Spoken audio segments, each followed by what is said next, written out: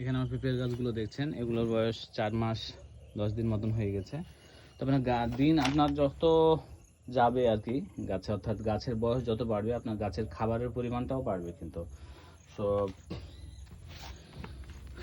এখানে আমার ইউরিয়া আছে, আমি এখান থেকে ইউরিয়া নিয়েছি আর এখান থেকে এমওপি পটাশ। তো আমি প্রত্যেকটা গাছে আজকে দেব হচ্ছে 70 গ্রাম, 70 থেকে 75 গ্রাম, 70 গ্রাম করে হলো ইউরিয়া আর 50 গ্রাম করে হচ্ছে পটাশ।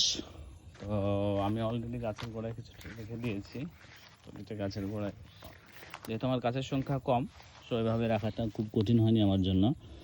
এখন আমরা গাছের অবস্থা দেখি। এই গাছটা, যে গাছটা ভেঙে গিয়েছিল অনেক এর আগে, আমি বেশ কয়েকবার দেখাইছিলাম, গাছগুলোর বয়সের সাথে গাছ ছিল কিন্তু, বাট এটা যে সময় আমি লিচু গাছ নিয়েছিলাম ভেঙে গিয়েছিল এই গোড়া থেকে, দেখছেন এইখান থেকে।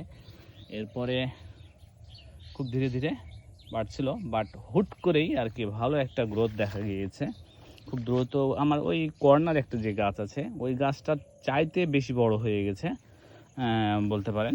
আর দেখতেই পাচ্ছেন আলহামদুলিল্লাহ পেঁপে এই অবস্থা, পেঁপে চলে আসছে এবং মোটামুটি একটা সাইজে চলে আসছে আলহামদুলিল্লাহ। এই গাছের প্রতিটা গাছে আর কি মোটামুটি চলে আসছে, ওগুলো দূরেরগুলো তো দেখতে পাচ্ছেন। তো আজকে ঠিক এক্স্যাক্টলি যেভাবে আমি কাজ করি, গাছের একটা নির্দিষ্ট জায়গা খনন করে আমরা এই খাবারটা দিয়ে দেবো। এই জন্য পুরো গাছ জুড়ে যে হলো আমরা খনন করবো এমনটা না, জাস্ট গাছের একটা আমি যেটা করি আর কি সাধারণত এতটুক জায়গা জাস্ট খুঁড়ে নিলাম,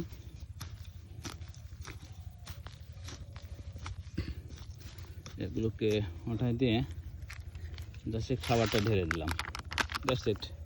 এটা থেকে কাজটা আপনার দ্রুত হচ্ছে, গাছও খাবার পেয়ে যাচ্ছে, গাছ চারিদিকে আপনাকে ঘুরিয়ে দিতে হয় এমন কোনো কিছু না। মূলত গাছ খাবার পাইবে এমন ব্যবস্থা করা নেই আর কি কথা। এতে আপনার কাজটা খুব দ্রুত হয়, আপনার গাছ পুরোটা রিং করা, এটা একটা সময় সাপেক্ষ ব্যাপার। সো এটা না করে আমরা এইভাবে দিয়ে দিতে পারি। তো আমি প্রতিটা গাছে এভাবে এখন দিয়ে দেবো। তো ধন্যবাদ সবাইকে, ভালো থাকবেন, সুস্থ থাকবেন, আল্লাহ হাফেজ।